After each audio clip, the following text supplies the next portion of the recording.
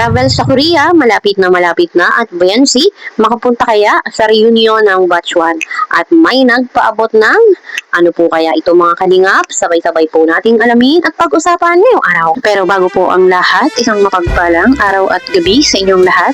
Mega love shoutout sa lahat ng ating listeners, viewers, and subscribers saan mang sulok ng mundo, Mapalundon, Visayas at Mindanao.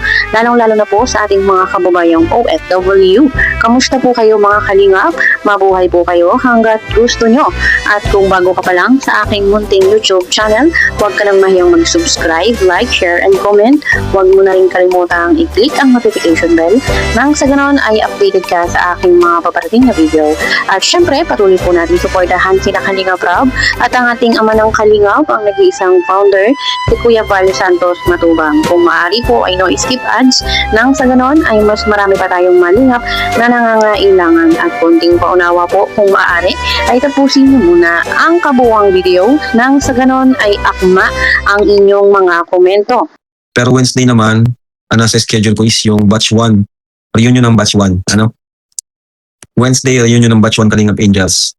So, sana makapunta lahat. Hindi ko itutuloy kapag hindi kompleto. Mas masaya kapag kompleto. Ano po? So, ayan.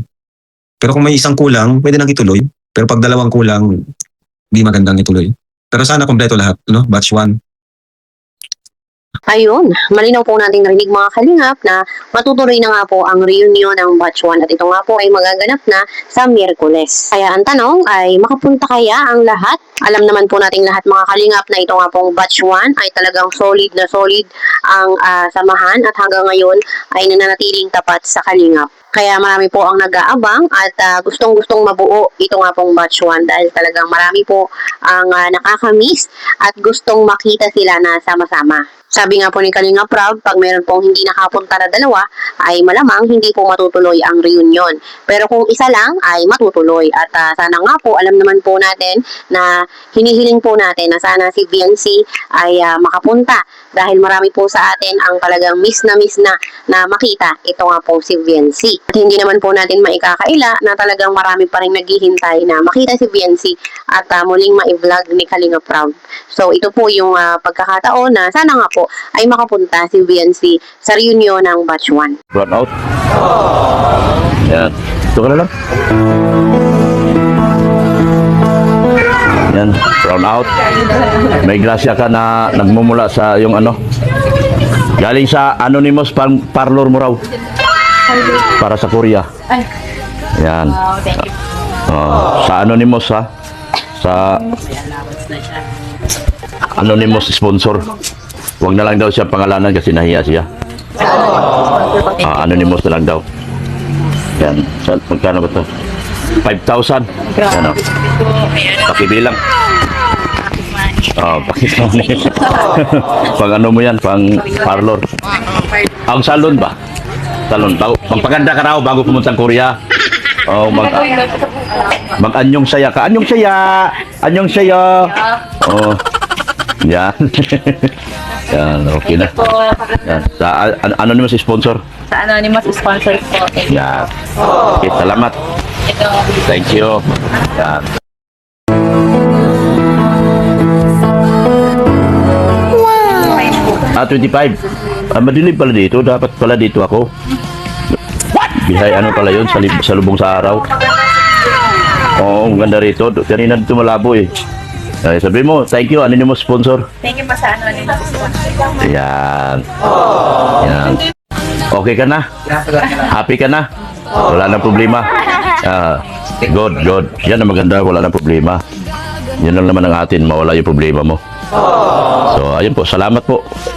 Ayun, napanood naman po natin mga kalingap talagang hanggang ngayon sa kabila po ng mga pangyayari at nangyari ay talagang marami pa rin sumusuporta at nagmamahal kay VNC. At ito nga pong travel sa Korea ay talagang tuloy na at malapit na. At ito nga po ay sa April 27. At isa pa po ito sa inaabangan nating lahat. Ito nga pong travel to Korea ni Kalingap Rob. Talagang maraming nasasabik dito nga po sa travel to Korea ni VNC at ni Kalingap Edu kung ano ba ang magiging kaganapan doon kung masusundan ba yung part 99. Pero syempre, humihiling po yung iba na kahit nga po hindi na love team, ay makita lang sila sa vlog bilang magkaibigan. At hindi rin naman po hinihiling na magkabalikan itong love team na ito dahil talagang wala na, hindi na maibabalik. Pero ganun pa man, ay masaya po tayo sa mga nangyayari doon sa dalawa. At nakikita po natin na kahit papaano ay maayos na, nakakangiti at talagang masaya na sila. At marami pa rin ang nagmamahal sa kanilang dalawa. Kitang-kita naman po natin, no, maging kay Kalingap Edu ay talagang hanggang ngayon ay meron pong mga sponsors na hindi siya iniiwan. Kahit kay Biancy ay tuloy-tuloy yung mga pagtulong at napanood naman po natin at isa nga pong sponsor yung sumagot na para nga po sa pagpapaganda ni Biancy papunta nga pong Korea. Kaya abangan po natin mga Kalingap saan kaya hahantong ang tagpong ito pong pagpunta nila ng Korea kasama po si Kalingap Rab. Di ba natin pwedeng pakialaman si Boss Rob regarding that? Kasi beneficiary man kasi niya yan. Ngayon, basta ako optimistic lang naman ako.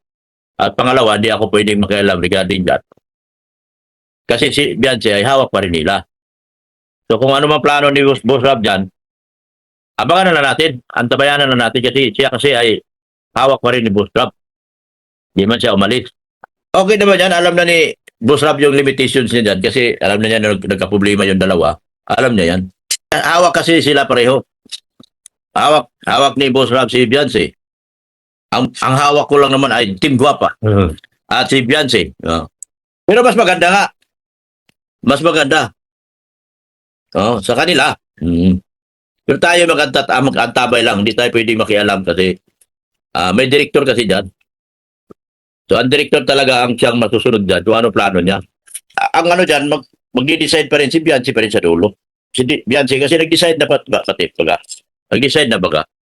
Hindi man mapipilit yan bata kung ayaw. Baka ibang serye na. Hindi natin alam eh. Baka ibang serye na. Kasi serye ng totoong buhay na eh.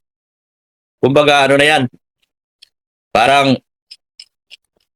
yung naalala niyo yung Chris Aquino at Rene Requestas, parang gano'n. Ano ko na? Kasi siyempre, si Boss Rob naman ay very creative pagdating sa ganyan eh.